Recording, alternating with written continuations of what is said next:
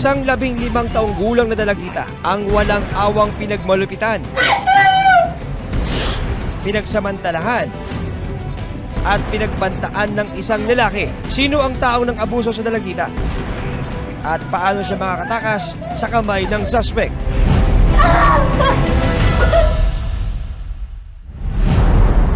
Gabi ng February 13, 2024.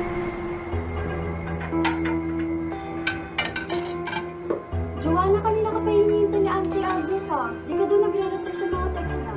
Balisang umuwi ng kanilang bahay ang 15 taong gulang na si Joanna. Hindi niya tunay na pangalan. Ayon kay Joanna, balot siya ng takot noong mga sandaling yun. Pag sasabihin ko po, nabablanko ako. Parang may aano sa isip ko na wag gano'n. Kasi baka sabihin, ginusto ko, bakit ngayon ako nagsumbong. Natatakot po ako.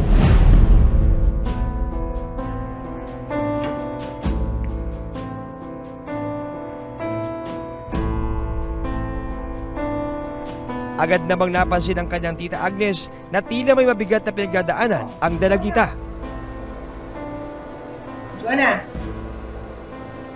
Anong nangyari? Joanna, anong problema mo? Pero ilang sandali pa, sa isang text message, nabasa ni Agnes ang pagbabanta ng isang lalaki kay Joanna. Ano ito? Sino to? Sino to, Joanna? Sino to? Anong ginawa niya sa'yo? Joanna, ano ba? Saan ba ka? Sino ito? Gawin niyo ako. Sino? Sino nang baboy sa'yo? Yung sinasabi niya sa akin na marami masisira sa'yo. Dito na umamin si Joanna sa ginagawang pananamantala sa kanya ng lalaki. Ay, papat ito naman. Dito pa din yung kahit alam kong pang habang buhay ko na to, pero hindi talaga nababawasan. Sa kanya lang din ako umuhugot ng lakas na loob. Sino nang baboy sa'yo? Sino? Anong ginawa niya sa'yo? Paano ito sinapit ni Joanna?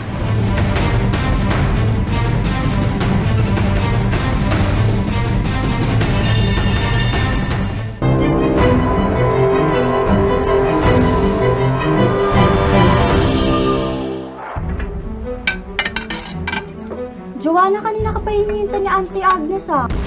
Nanginginig sa takot na umuwi sa kanilang bahay ang 15 taong gulang na si Joanna. Gusto ko magpakamatay na yung nangyari sa akin. Kung hindi nangyari sa akin to, hindi naman ako ganito ngayon. Hindi yung katulad dati na nakikipagkwentuhan talaga ako. Oh, Joanna! Oh, yun nangyari sa'yo? Dito na nalaman ng kanyang tita Agnes ang ginagawang pananamantala sa kanya. Sino to, Joanna? Sino to? Anong ginawa niya sa'yo? Anong nangyari? Ano ang kalbaryong sinapit ng dalagita?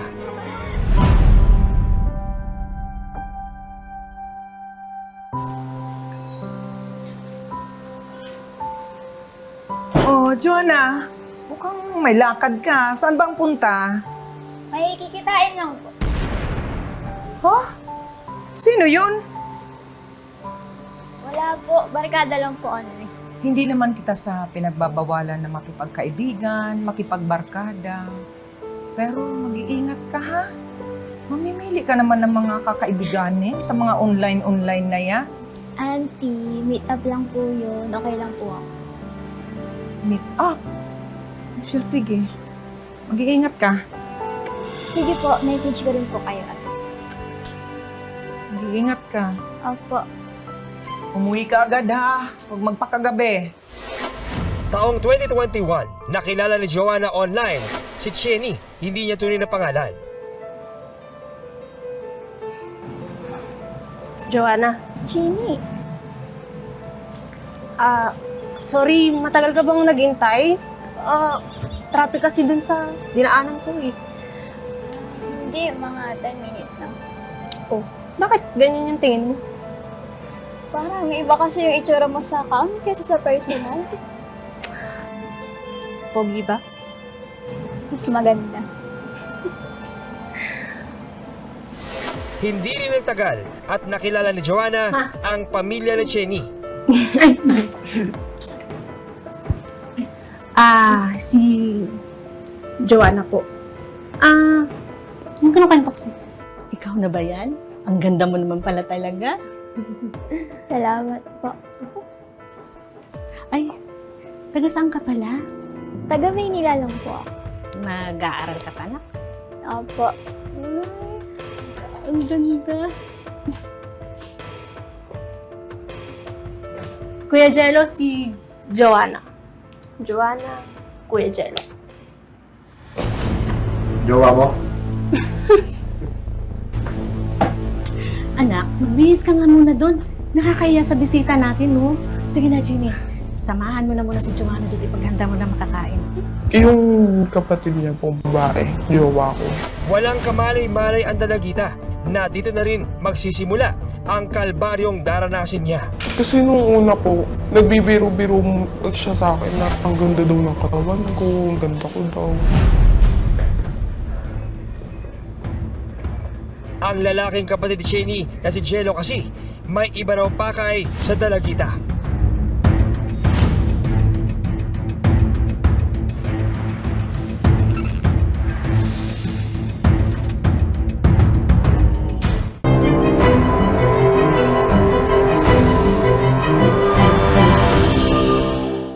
Buti pinayagan ka ng mama mo na makipagkita sa akin.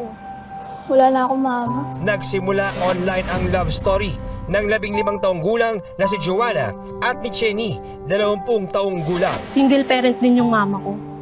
Siya na lang yung nagpalaki sa amin ni Kuya Jello. Nakwento nga kita eh.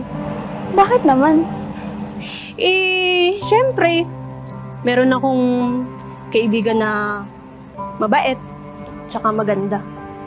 Bolero. Taong 2021, nagdesisyong mag-live-in ang dalawa. Mula Lunes hanggang Friday ng hapon ay doon po sila nakatira sa tiyahin ng victim natin. At pagkatapos noon, Friday ng gabi hanggang Sunday ng gabi, doon naman po sila sa bahay nung kanyang kinakasamang si... Oh, sa linggo ha, samahan mo ako kay na Auntie Agnes. Birthday kasi ni Uncle eh. Oo naman nun. Tsaka, paborito ko ni Auntie Agnes. Paborito agad ah. Oo naman. Tsaka, alam ko pag andun ako, maraming handa. Nag-extra ako sa kanila kasi gusto ko nga sariling pera. Wala naman po kasing pasok noong bakasyon nun. Doon po ako natutulog. Pero ang kapatid ni Cheney na si Jello, tutol daw sa pag-asama ng dalawa.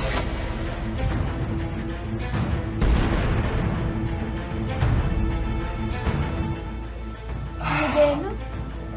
Bakit?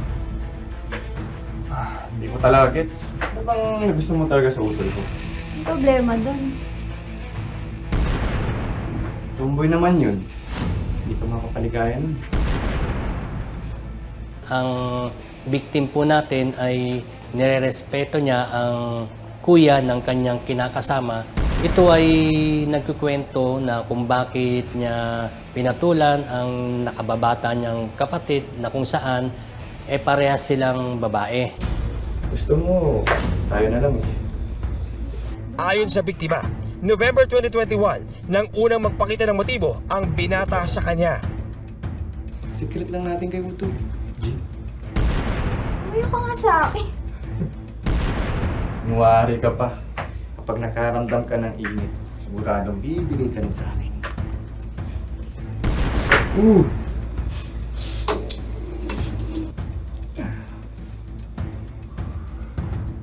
Uuwi siya. Nasasaktuhan talagang walang tao pag umuwi siya. O kaya minsan yung mama niya nga pauwi na.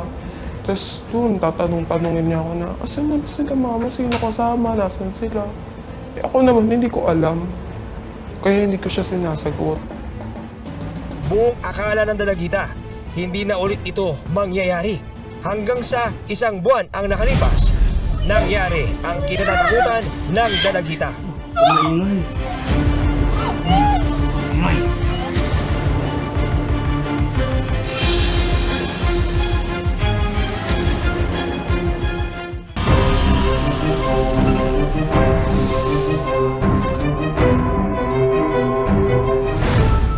Taong Taong 2018 nang maulilang lubos si Joanna. Namatay ang kanyang nanay sa sakit na diabetes. Samantala, iniwan sila ng kanilang tatay sa poder ng kanyang tiyuhin. Lagi ako pumupuntang chapel. Sasabihin ko, mama ko wala na. Iiyak lang ako ng iiyak. Sasabihin ko, bakit ganito? Bakit ako pa?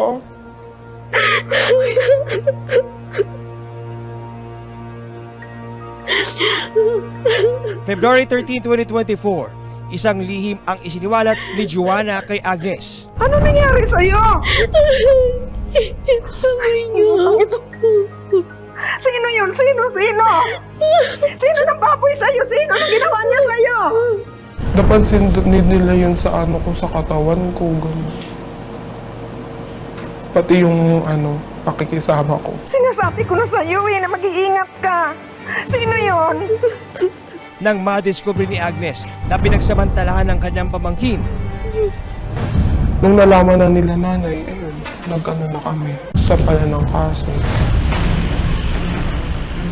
Noong minsan po ako maglaba po sa likod bahay. Nasugat po ba to? agad niyang sinamahan si Joanna sa police station para magsampa ng reklamo. Sinubukan niyo po ako ulit. Gasain.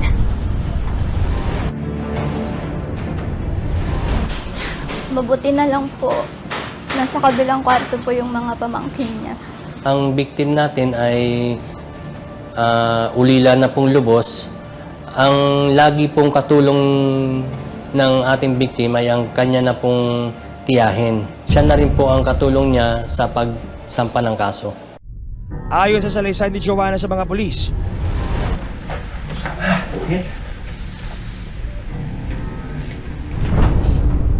bago nangyari ang pananamantala ni Jello, makailang beses nagpakita ng motibo ang binata sa dalagita. Nagbibigay daw ako ng motibo. Sabi ng pinsan niya, mahilig daw ang mag-crop top, kaya naaano siya sa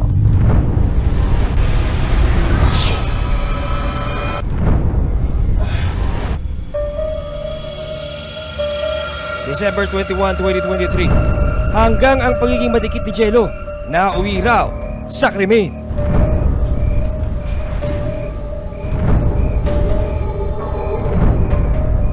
Nang maiwan si Joanna at Jello sa bahay nila Jeannie, isinagawa ng binata ang maitim na plano. Ako ka dyan. Sabihin mo.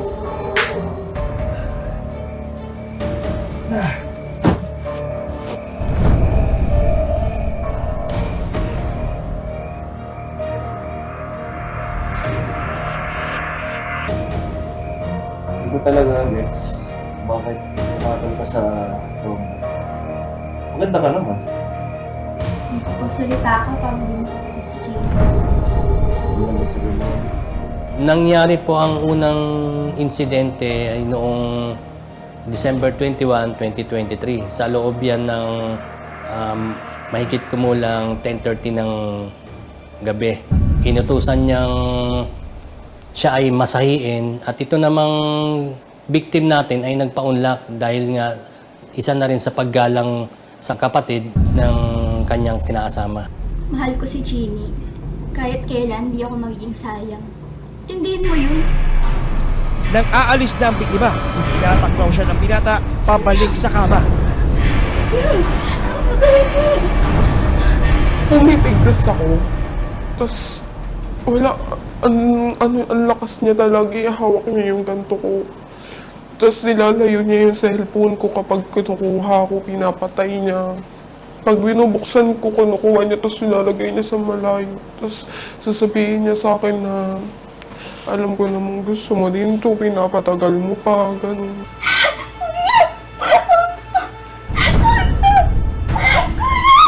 Huwag ka maingay!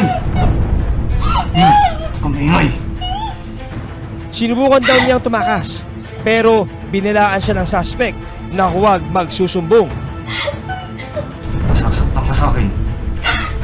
Pwede ka. Gusto ko na magsabi, kaso di ba, sa isip ko, sasabihin, wag, kasi Yung sinasabi niya sa akin na marami masisira sa'yo. Natatakot ako.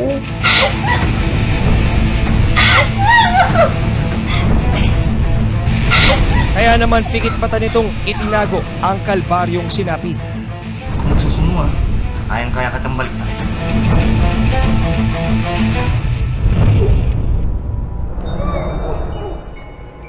Pero maging sa pagtulog, binabangungot daw si Joanna tungkol sa ginawa sa kanya. Hanggang sa binabangungot na lang ako. Hindi ka nag-iisip na ako eh.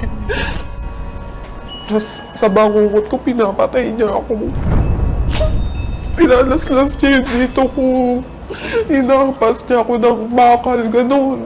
Pinapatay niya talaga ako, nilalaslas niya yung leeg ko. Makatakas pa kaya ang dalagita sa kapatid ng kanyang kinakasama?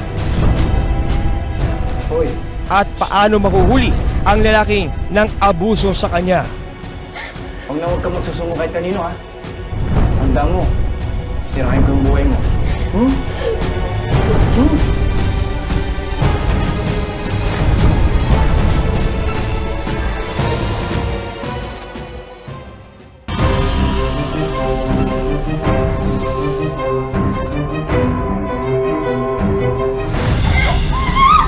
Huwag ka maingay! Gabi ng December 21, 2023, nangyari na ang kinatatakutan ni Joanna. Ninakaw ang kanyang kamusmusan Huwag ka maingay! at ang suspect sa krimen, ang 24 na taong gulang na si Jello. Kapatid si Jello ng babaeng kinakasama ni Joanna. Pag sasabihin ko po, nabablangko ako. So, parang may aano sa isip ko na wag ganun. Kasi baka sabihin, ginusto ko, bakit ngayon ako nagsumbong. Natatakot po ako. Ayon sa investigasyon ng Eastern Police District Special Operations Unit o EPD-SOU, Huwag kang maingay, sabi masasaktan ka sa akin. itinataon daw ng binata na walang tao sa bahay para gawin ang pang-aabuso sa biktima. Lagi niya pong tinataon na wala yung kanyang kapatid upang mas isagawa niya yung kanyang gusto sa victim natin. Pero hindi pa pala rito matatapos ang kalbaryo ni Joanna. Isang buwan matapos ang unang pangahalay sa kanya, gabi ng January 13, 2024, Ikaw ba nagpatay ng ilaw? May problema pa? Naglalaba ako o nananadya ka ba? naiwan ulit sina Joanna at Jello sa bahay. Sa ikalawang pagkakataon, pinagsamantalahan ulit ng binata ang dalagita. Yung pangalawang insidente ay nangyari noong January 13, 2024 na kung saan ang victim natin ay naglalaba at siya namang naabutan nitong suspect. Tulad ng unang insidente, pinagbantaan niya ang dalagita na huwag magsusumbong. Hoy, tumingin ka sa akin. Huwag ka magsusumo kahit kanino ha. Handa mo, sirahin ko yung buhay mo. Natatakot ako kay ate. Kasi baka sabihin, ginusto mo nga. Babe. Babe. May salubong ka sa'yo. Ilang oras ang lumipas. Dumating si Chini mula sa magbebenta ng pastil. Ano nangyayari sa'yo? Dito, nakita niya ang kinakasama na tulala at tila malalim ang iniisip. Bakit? Ano nangyayari sa'yo? Sinubukan niyang tanungin ang dalagita, pero wala raw itong masambit na kahit anong salita. Ba't umiiyak? Salita ka! Babe, hindi ako sanay na nakakita kang umiiyak. Naka-apekto. Kasi may times na din na gusto ko ding makipaghiwalay kasi habang kasama ko siya, di pa rin ako nakakausad. Dito pa din yung sakit. Sinubukan tanongin ni Chini ang kanyang kuya Jello sa ikinikilos ng dalagita. Pero patay mali siya raw ang binata. Kuya, ano nangyari kay Joanna? Pare ko, Balo yung jowa mo eh. Ayon kay Joanna, tinangka ulit siyang pagsamantalahan ng binata. Yung suspect ay dumating na naman at umakyat doon sa kanyang kinaroroonan. Sinasabi mo kay Utol? Wala. Anong wala? February 6, 2024, pumasok si Jello sa kwarto. Naglakas loob ang dalagita na sumigaw at humingi ng tulong.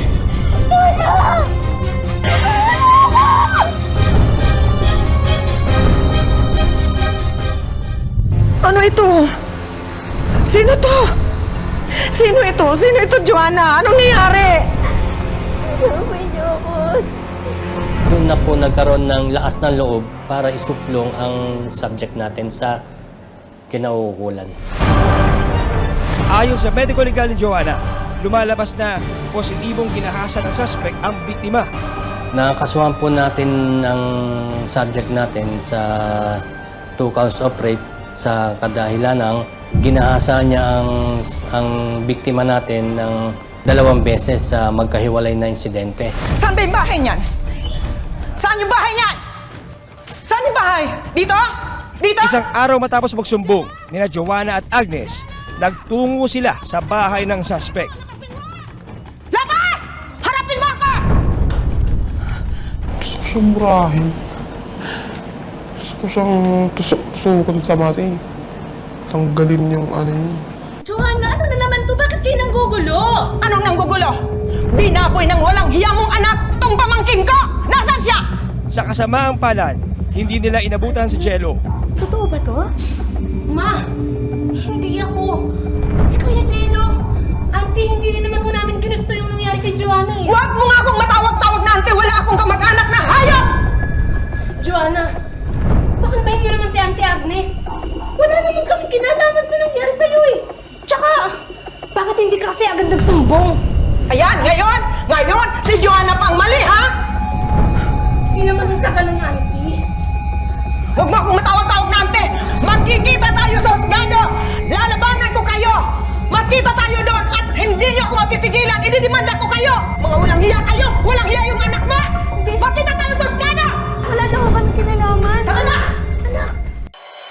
Sa puntong ito, tila nawalan din ng pag-asa ang dalagita na mahuli pa ang suspect. Nasa isip ko lang nung hindi pa siya nahuhuli. Baka mamaya bigla na lang ako saksakin noon habang nagbubukas ang pintuan sa amin. Kasi alam niya yung bahay namin. Agad din po namin pinuntahan yung lugar na pinagtitirahan ng subject natin. Kung saan, pagpunta naman natin doon ay wala na yung subject dahil ito'y nagtatago na. Agad na rin ikinasa ng Eastern Police District Special Operations Unit ang paghuli sa suspect. Ilang buwan na lumipas, May 15, 2024, naibaba na rin ang warrant of arrest para sa kasong 2 counts of rape laban kay Jello. Ayon sa testigo at ayon sa victim, naisabi niya at mayroong nagpapatotoo na may nangyari sa kanya. At based on medical examinations, so may nangyari pong rape. Noong kami po ay nakakuha ng kopya ng warrant of arrest na yan, ay agad na po kaming bumuo ng grupo na kukuha at magtatrack dun sa target natin. Dito nagtatrabaho kung saan yung sinusundo-sundo niya, sinusundo-sundo, atid-sundo na dati niyang karelasyon ng subject natin. Dahil sa pagiging mailap ni Jello, naging top 6 most wanted ng Eastern Police District Special Operations Unit ang suspect. Matagal, masyadong madulas yung subject natin kaya medyo nahirapan kaming ma-championan siya. Marami. Siguro mga 10 kasi nahirapan kami. Talagang effort talaga. Nang makumpirma ang lokasyon at oras ng paglitaw ng suspect, wala nang inaksayang oras ang mga operatiba. June 14, 2024, habang nakasakay ang mga operatiba sa motor at bitbit ang warrant of arrest, agad nilang hinuli ang suspect. Angelo Melesio? Bakit to? Anong problema? Alistado ka sa panggagasa.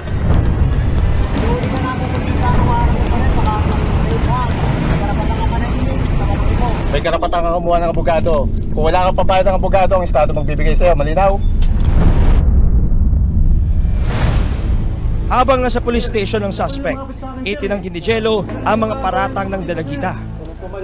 Nung nakausap po namin itong subject natin, ay mariin niya pong itinatanggi na wala po siyang kinalaman sa ginawa niyang pagkakasala po. Sakaling mapatunayan na nagkasala si Jello, maaharap siya sa 20 taon hanggang habang buhay na pagkakakulong. Hindi po pwedeng makapagpiyansa ang mga kasong rape, lalo't lalo ang victim natin is minor. Sa pagkakakulong ni Jello, tila nakahinga ng maluwag si Joanna at nabawasan ang kanyang pag-aalala. Kasi ang laki talagang patahimikan ng buhay pero nahuli siya. Nawala na yung pag-iisip ko na baka patayin niya ako. Wala na yung negative thoughts ko na gano'n.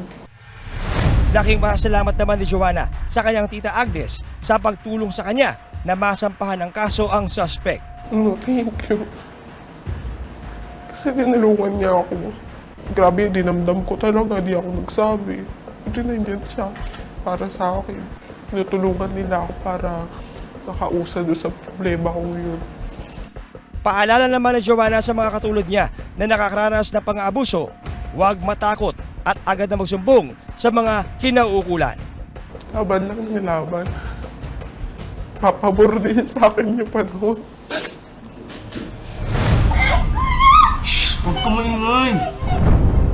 Maraming salamat sa pagtutok mula umpisa hanggang sa dulo ng aming programa.